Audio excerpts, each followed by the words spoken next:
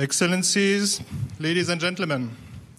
Excellences, Mesdames et Messieurs, la plénière d'ouverture sur le sommet sur la paix en Ukraine va commencer. La première intervenante, ce sera Madame Viola Amherd, présidente de la Confédération suisse. Le président sera Monsieur Cassis, du département fédéral des Affaires étrangères. Vous avez la parole. Excellences, Mesdames et Messieurs, c'est un honneur pour moi de vous accueillir ici au Bürgenstopp qui surplombe le lac de Lucerne. Il y a une longue tradition de chercher une issue à la guerre dans des lieux paisibles. Le Bürgenstock est donc idéal. Même si sa beauté est en contraste net avec la raison de ce sommet, les montagnes nous rappellent qu'il faut faire de nombreux pas pour atteindre des objectifs ambitieux. Notre objectif est d'inspirer un processus vers une paix juste et durable en Ukraine. Bien sûr, nous sommes conscients du fait qu'il nous reste beaucoup de chemin à parcourir. Nous ne nous faisons pas d'illusions. Nous n'arriverons pas à un accord final à ce sommet.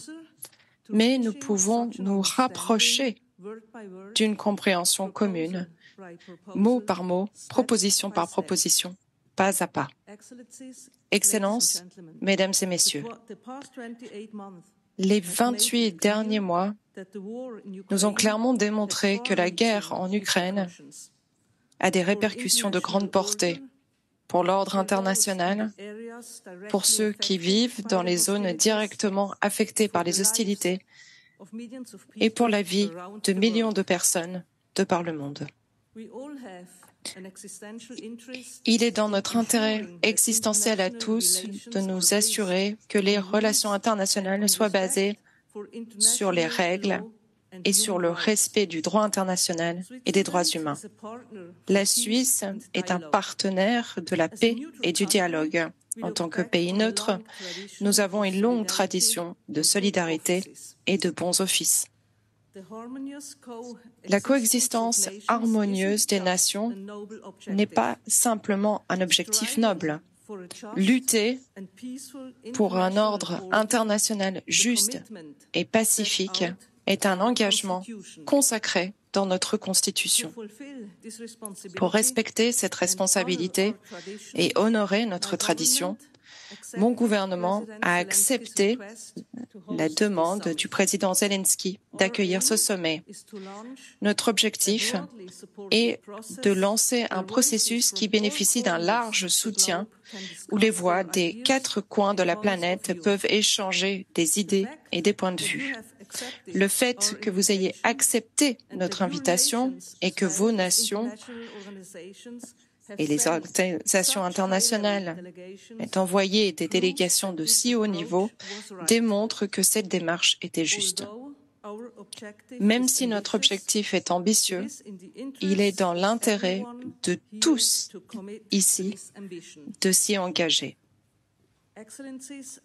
Excellences, Mesdames et Messieurs, nous sommes tous conscients du fait qu'un processus de paix sans la Russie est inconcevable. Une solution durable doit impliquer les deux parties. En tant que communauté internationale, nous pouvons contribuer à ouvrir la voie. C'est pour cela que nous sommes ici. En même temps,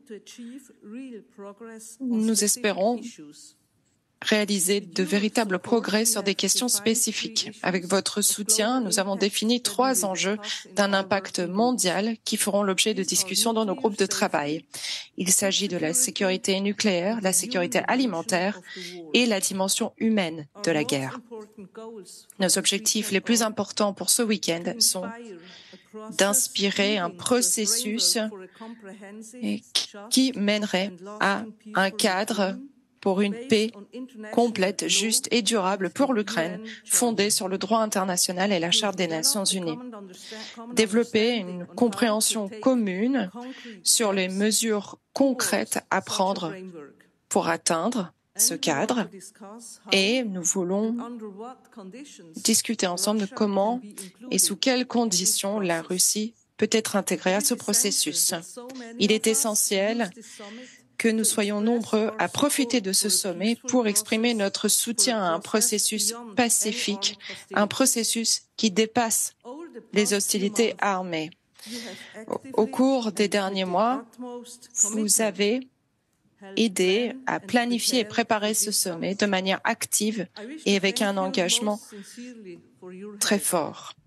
Je tiens à vous remercier du fond du cœur pour votre assistance. Excellences, Mesdames et Messieurs, retrouver le chemin de la paix requiert de la persévérance et de la volonté. Elle requiert des efforts de tous les côtés. Nous n'arriverons à atteindre l'objectif ambitieux de ce sommet que si nous unissons nos forces, que nous agissons ensemble, même lorsque les points de vue divergent. Ici, sur le Bürgenstock, nous allons tous faire ce premier pas essentiel. Nous devons nous assurer qu'il sera suivi d'un second pas. Je vous remercie.